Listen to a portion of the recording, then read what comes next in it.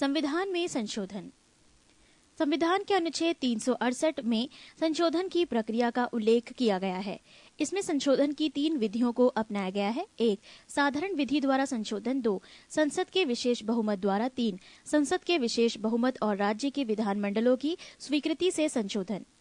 1. साधारण विधि द्वारा। संसद के साधारण बहुमत द्वारा पारित विधेयक राष्ट्रपति की स्वीकृति मिलने पर कानून बन जाता है।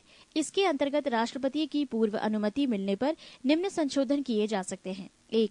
नए राज्यों का निर्माण। 2. राज्य क्षेत्र, सीमा और नाम में परिवर्तन। 3. संविधान की नागरिकता संबंधी, अनुसूचित क्षेत्रों और जनजातियों की प्रशासन संबंधी तथा केंद्र द्वारा प्रशासित क्षेत्रों की प्रशासन संबंधी व्यवस्थाएं। 2. विशेष बहुमत द्वारा संशोधन।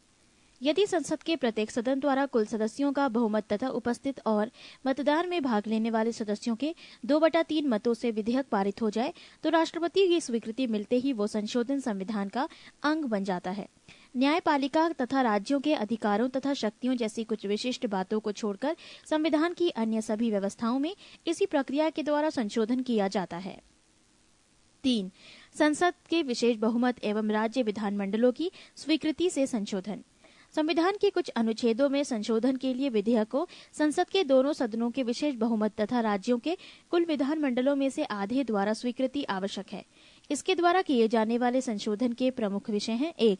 राष्ट्रपति का निर्वाचन अनुच्छेद 54। 2. राष्ट्रपति निर्वाचन की कार्यपद्धति अनुच्छेद 55। 3. संघ की कार्यपालिका शक्ति का विस्तार। 4. राज्य की कार्यपालिका शक्ति का विस्तार। 5. केंद्र शासित क्षेत्रों के लिए उच्च न्यायालय। 6. संघीय न्यायपालिका। 7. राज्यों के उच्च न्यायालय। 8. संघ एवं राज्यों में विधायी संबंध। 9. 7वीं अनुसूची का कोई विषय। 10. संसद में राज्यों का प्रतिनिधित्व। 11. संविधान संशोधन की प्रक्रिया से संबंधित उपबंध।